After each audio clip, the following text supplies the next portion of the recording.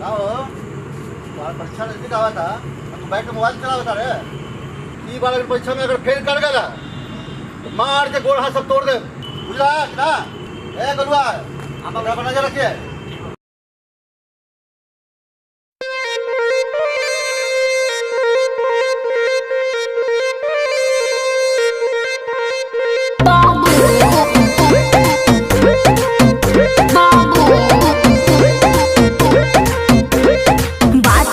हफ्ते में कितने दिन घुमाओगे, हर शाम को गोलगप्पे और आइसक्रीम भी खिलाओगे।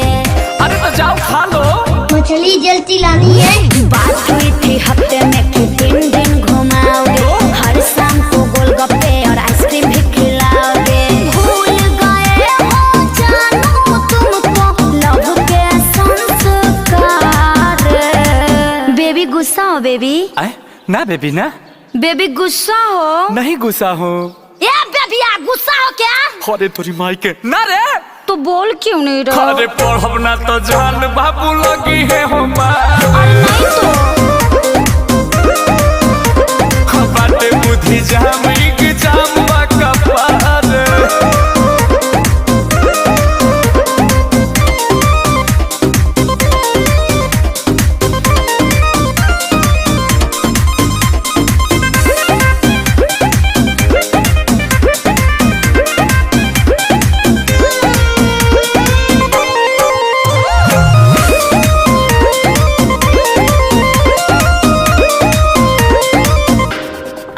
जई घरे हमारा संगही में पढ़े के, छोटा छोटा ब्रेक लेके यार प्यार करे के।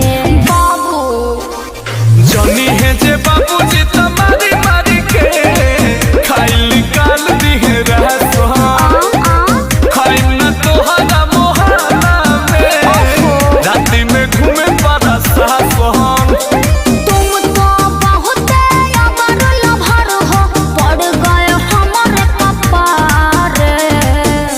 कुछ हुआ है क्या? नहीं बेबी। कुछ हुआ है बेबी? कुछ नहीं हुआ है बेबी। बेबिया कुछ हुआ है करे? हाँ एगो लड़का एगो लड़की भइल बा जो खिलाओ। क्या कर? कि पढ़ब ना तो जान बाबू लगी है हो बाटे बुद्धि जामई के जामा का पार। लकड़ी ले खोद लो बाबू दिमागवा को। हाँ हाँ हाँ।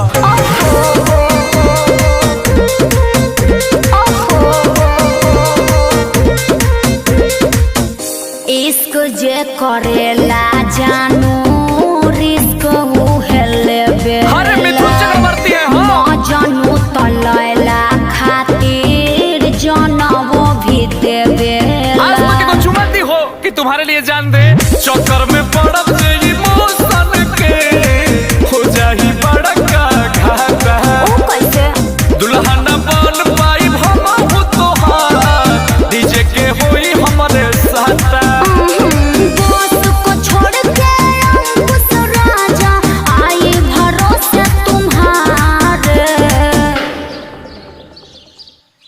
ले ले ले ले ले बेबी कितना प्यार करती हो मेरे से। इधर देखो बेबी बाबा बाबा गोड़ लगते हैं बाबूजी आई रही पढ़े। पढ़ के चाहे तो लड़की के अरे पास जानी होई बेटा गोली रे हमारे। अरे नहीं पिताश्री A ग्रेड से पास होंगे।